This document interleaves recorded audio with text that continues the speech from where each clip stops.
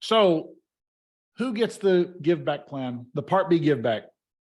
So for those of you that are new, Part B has the premium, as you know, the standard monthly premium this year is $164.90. That is the taxes part of the death and taxes saying that we've heard through the years. Nothing's certain in life except for death and taxes. Well, the $164.90 is usually one of those things, but there are plans that have what's called a Part B give back. Okay. Now, the only other way that you can get that Part B to not come out of your check and not be in a give back plan is if you qualify for a level of Medicaid that will waive it for you. Okay. Otherwise, the give back plans are built into the plan structure of Medicare Advantage plans that will refund some of that Part B. Now, it doesn't come in the form of a check. It just stops coming out of their payment each month, or whether that be out of their check for the Social Security account every month, or out of the quarterly bill that they send. It'll reflect there.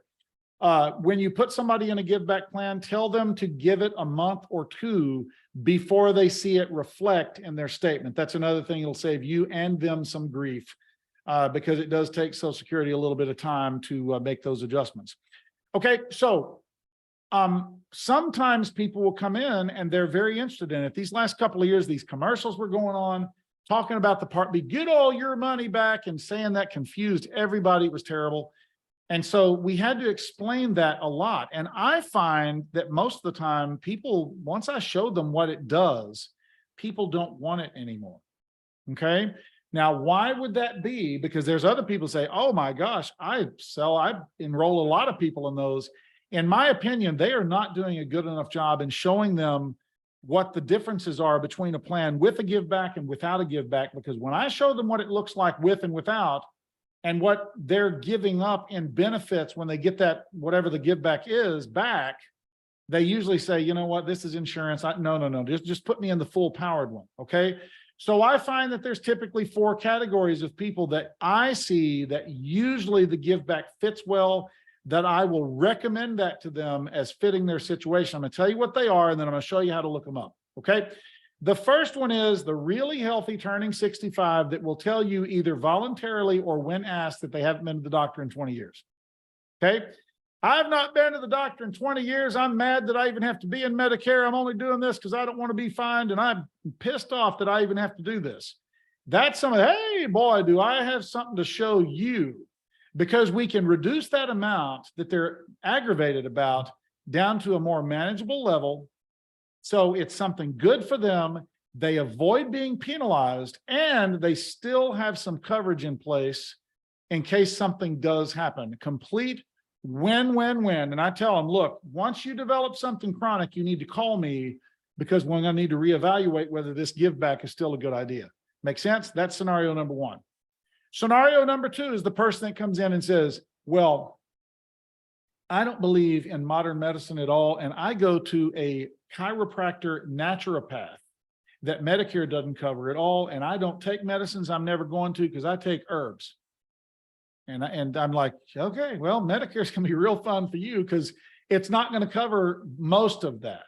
So it's the same thing. The person, just like the first person, they don't feel like they're getting any value out of it. So I'm like, I'm going to show you something. And by the way, if you change your mind, call me, or if you develop something you need, whatever, just call me and let's review it from time to time. Make sure it's a great idea to stay in that plan. That's another one that fits really well.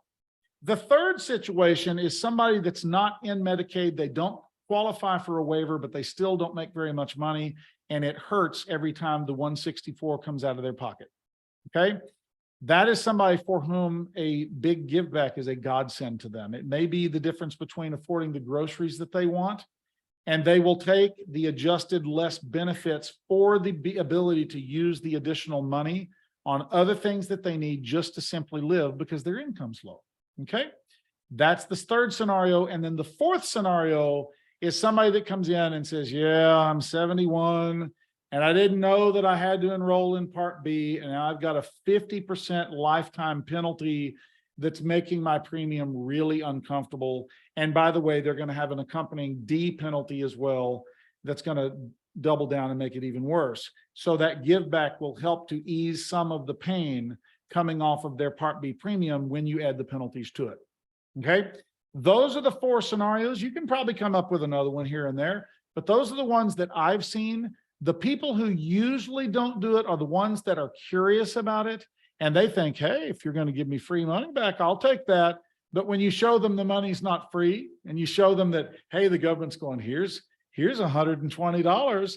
And then over here, they drag out all these benefits and they're like, well, that doesn't look very good. It's like, yeah, if you're using your plan right now on a fairly frequent basis, it's probably not very good. It's going to make you lay awake at night wondering what you're trading in.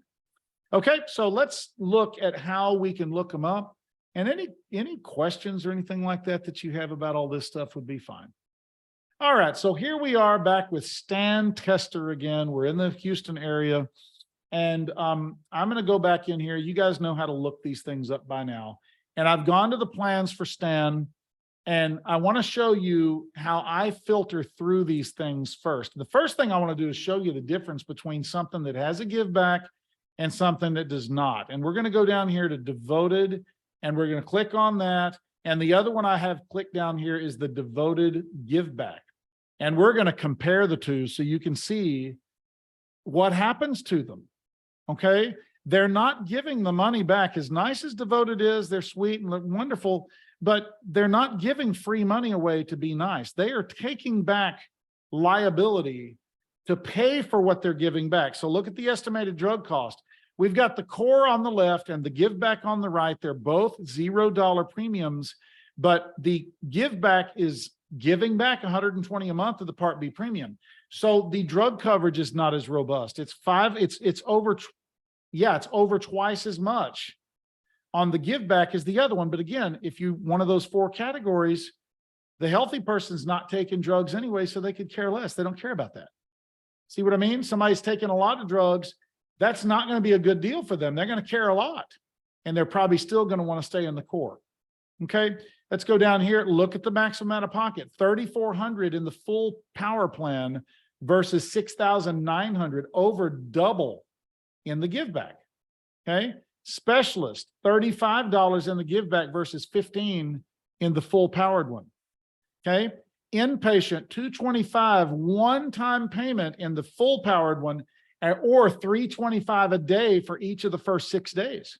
So somebody that's possibly going to be in the hospital this year, $225 is a lot better than the other one. The $325 a day, they're going to be like, wow, that's terrible. I stayed 4 days last year. That would kill me. Exactly. The give back would be terrible for you. But the person who's not going to the hospital, the healthy person that's not been to the doctor in 20 years, is going to look at that and say, well, why do I care about that? I haven't been in the hospital ever. Look at the prescription drug deductible, $300 versus $0. See how much they restrict, they change how much they're, what the benefits are. And if you open it up, you can see even more if you go into the plan detail, but I'm not going to do that because I think you get the gist. Okay. So we're going to go back here. And let's say you do have one of those 4 categories or one of your own that you think are perfect fit for the give back. I'm going to show you how to save some time and look up only the ones that are relevant to what you're looking for. Okay. And you know what? Let's add all the non-licensed plans too, just to make sure we get the big bird's eye view of the entire Houston area and surrounding. And we're just going to go right in here and we're going to open it up so that, nobody's going to go, you didn't show me this. And I'll show you how to pick through them real quick. And I'll show you exactly what I do once this thing finally filters through. Okay. All right, here we go. Good. So here we are. I'm going to go over here to the left to our filters, and we're going to go right down here to our Part B give back.